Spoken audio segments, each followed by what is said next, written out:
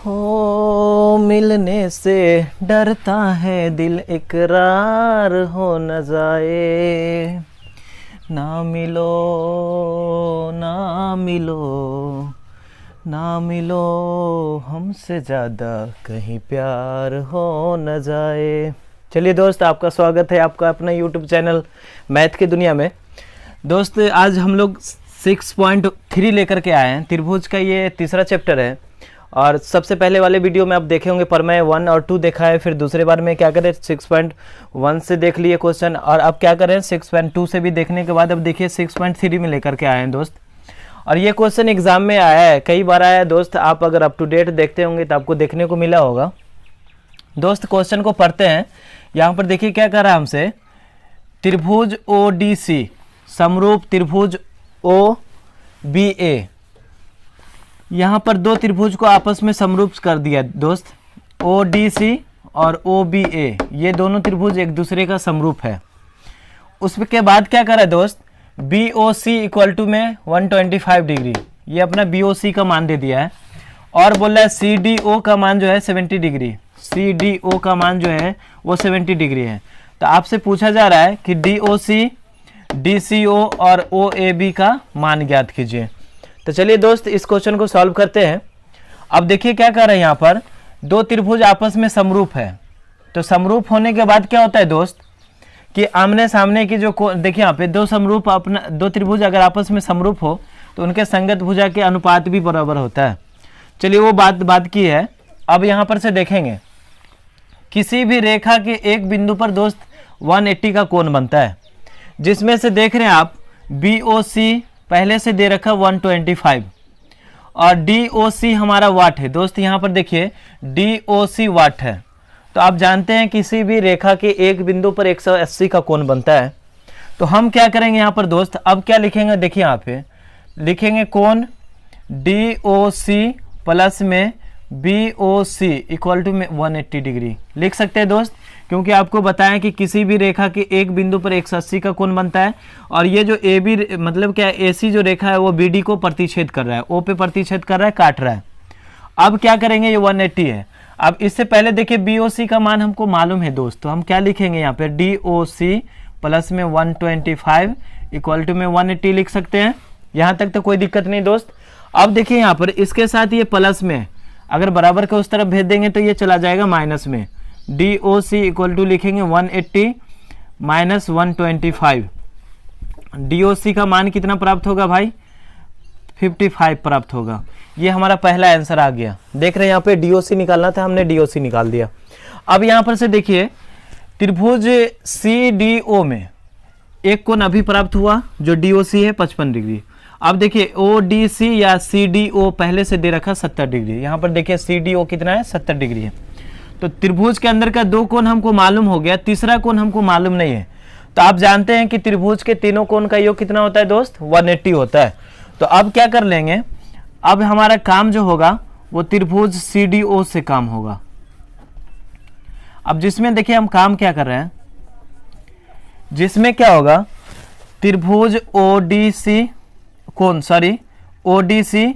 Plus में DOC और plus में देखिए DCO इक्वल टू 180 लिख सकते हैं दोस्त, क्योंकि त्रिभुज के तीनों कोण का योग कितना होता है, 180 होता है। अब देखिए ODC हमको पहले से प्राप्त है, ODC या CDO जिसको बोलते हैं 70 डिग्री है, ये 70 डिग्री। प्लस में देखिए यहाँ पे DOC अभी कितना निकाले दोस्त, DOC हमारा 55 है, 55 और प्लस में देखिए DCO इक्वल टू में 180 लिखेंगे, क्योंकि इसका मान नहीं मालूम है तो ये ऐसा ही रहने दिए। अब देखिए इसको दोनों को जोड़ेंगे, ये 125 होगा प्लस में DCO जैसे वैसा ही और यहाँ 180 जैसे वैसा ही। इसके साथ देखिए ये प्लस में बराबर को उस तरफ भेज देंगे, ये चला जाएगा माइनस में। DCO इक्वल टू लिखेंगे 180 माइनस में 125, DCO इक्वल टू लिखेंगे 55 डिग्री। देखिए दोस्त दूसरा भी आंसर आ गया है। बहुत ही मजा आएगा दोस्त, त्रिभुज में आपको दिक्कत नहीं होने वाला, खास करके मेरे वीडियो से अगर जुड़ रहे हैं तो आपको कहीं भी दिक्कत नहीं होने वाला है, बहुत ही मजे से आपको पढ़ाएंगे। चलिए आप देखिए यहाँ पर दोस्त DOC निकल गया, DCO निकल गया, अब हमको निकालना है OAB। अब देखिए यहाँ पर क्या कर रहा है, OAB निकालना है। अब देखिए यहाँ पर दोस्त दो त्रिभुज पहले ही से समरूप है। मतलब क्या है कि त्रिभुज आपको समरूप क्या दे रखा है, देखिए यहाँ पे त्रिभुज ODC समरूप त्रिभुज OBA, ये पहले से समरूप कर दिया दोस्त। तो आपको क्या बताएं कि जब दो त्रिभुज आपस में समरूप होते हैं तो उनके संगत भुजा के अनुपात भी क्या होते हैं, बराबर होते हैं। लेकिन यहाँ पर से देखिए क्या कर रहे हैं दोस्त, OAB का मान निकालना, हमको क्या कर रहा है, OAB। तो अब दोस्त हम सिर्फ इसके ऊपर मार्कर चलाएंगे, आपको देखना है ध्यान से। मार्कर चलाने का मतलब क्या है कि आप देखिए यहाँ पर से ऐसे ले जाएंगे ये, और यहाँ पर लेकर के आगे यहाँ नीचे, और फिर ऐसे जाएंगे। तो क्या बनना है दोस्त, जेड बनना है, जेड लेटर बनना है। तो जहां पर भी जेड अगर लेटर बने तो ये कोण और ये कोण आपस में बराबर होता है, जिसको हम बोलते हैं एकांतर कोण। क्या बोलते हैं दोस्त, एकांतर कोण। तो आप क्या लिख सकते हैं दोस्त, लिखेंगे कोण DCO इक्वल टू OAB लिख सकते हैं। क्यों लिख सकते हैं, क्योंकि ये एक दूसरे से बराबर हो गया एकांतर कोण से। आप कोष्ठ में लिख दीजिए एकांतर कोण। एकांतर कोण होने से आपस में ये बराबर हो गया। तो आप देखिए दोस्त, ये एक दूसरे का बराबर है। तो DCO का मान आप कितना निकाले हैं दोस्त, 55 निकाले हैं। तो OAB का मान भी कितना होगा, 55 ही होगा। OAB इक्वल टू में 55 डिग्री। देखिए कितना आसान से आप निकाल दिए, कहीं पर भी कोई दिक्कत नहीं होगा दोस्त। त्रिभुज कोई टफ चैप्टर नहीं है, आप पढ़ रहे हैं कैसे वो मायने रखता है, और आपको पढ़ाया कैसे जा रहा है वो मायने रखता है दोस्त। हमारे साथ आप जुड़े रहेंगे तो कहीं भी त्रिभुज में दिक्कत नहीं होने देंगे। चलिए दोस्त, आइए दोस्त अब नेक्स्ट क्वेश्चन लेकर के आए हैं। क्वेश्चन नंबर एक्सरसाइज 6.3 का ये 13वां क्वेश्चन है, 13 नंबर क्वेश्चन है। और दोस्त इससे पीछे वाले क्वेश्चन को सॉल्व करें और यहाँ सॉल्व कर रहे हैं, कुछ बातें वहाँ से भी आपको सुनने को मिलेगा। अब देखिए क्या कर रहा है दोस्त, एक त्रिभुज ABC की भुजा BC पर एक बिंदु D इस प्रकार स्थित है कि ADC इक्वल टू BAC है। मतलब क्या है कि त्रिभुज देख लीजिए, सबसे पहले हम ड्रॉ कर लेते हैं दोस्त। त्रिभुज हमारा ABC है, ये अपना ABC त्रिभुज हो गया, A B और C हो गया त्रिभुज। अब बोला BC के किसी भी, यहाँ पर बोला है BC पर एक बिंदु इस प्रकार स्थित है। मतलब हम यहाँ पर D दे दिए दोस्त, इस प्रकार स्थित है। यहाँ पर इसको मिलाना होगा दोस्त, तब तो हमारा यहाँ पर कोण बनेगा। यहाँ पे ADC देखिए, ADC बराबर में BAC, यहाँ पर देखिए BAC एक दूसरे का क्या है, बराबर है। तो बराबर होने का मतलब क्या हो रहा है, तब हमसे क्या कहा जा रहा है, सिद्ध कीजिए कि CA का जो स्क्वायर होता है वो CB इंटू CD के बराबर होता है। तो दोस्त यहाँ पर देखेंगे कि त्रिभुज कौन कौन सा लेना होगा। तो लिखेंगे त्रिभुज BAC ले लीजिए, BAC पूरा। और यहाँ पर देखिए त्रिभुज क्या ले लेंगे दोस्त, यहाँ पे ADC ले लेंगे या CDA ले लेंगे। मतलब क्या है कि दो त्रिभुज लेना, आपस में समरूप करना है, तो ADC ही ले लेते हैं यहाँ पे, त्रिभुज ADC से। अब यहाँ पर से दोस्त देखेंगे कि ये दो त्रिभुज लिए, और इससे पहले दिया हुआ क्या है, दिया हुआ है आपको यहाँ पर देख लीजिए दोस्त, ADC इक्वल टू BAC, ये दिया हुआ है।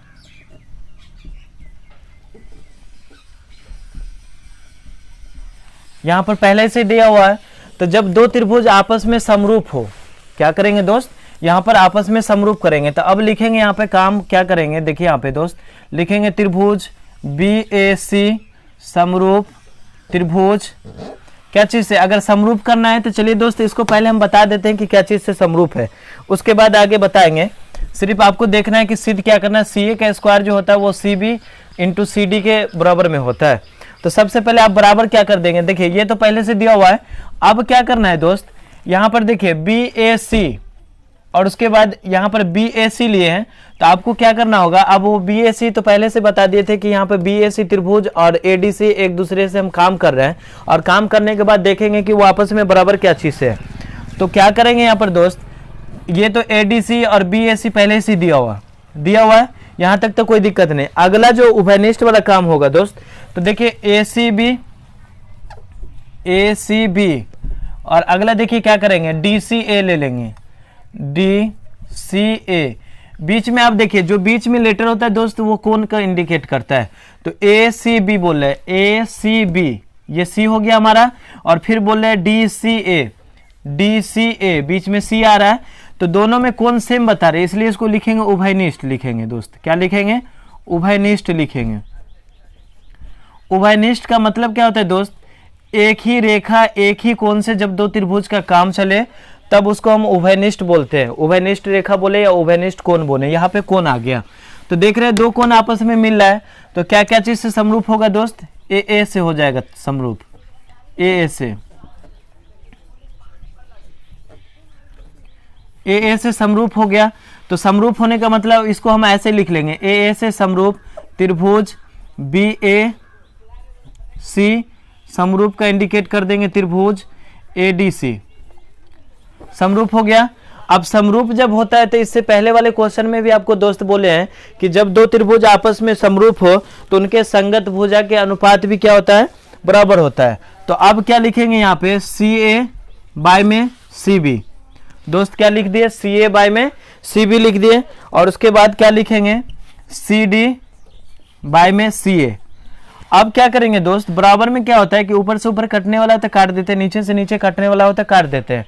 अगर नहीं कटने वाला होता तो क्रॉस मल्टीप्लाई करके लिख देते हैं। दोस्त क्या करते हैं, क्रॉस मल्टीप्लाई करके लिख देते हैं। तो देखिए यहाँ पे CA को CA से अगर गुना करेंगे तो CA का स्क्वायर हो जाएगा, और यहाँ पर देखिए CB को CD से गुना करेंगे तो दोस्त क्या लिखाएगा, CB इंटू CD, और यही अपना प्रूव्ड करना था दोस्त।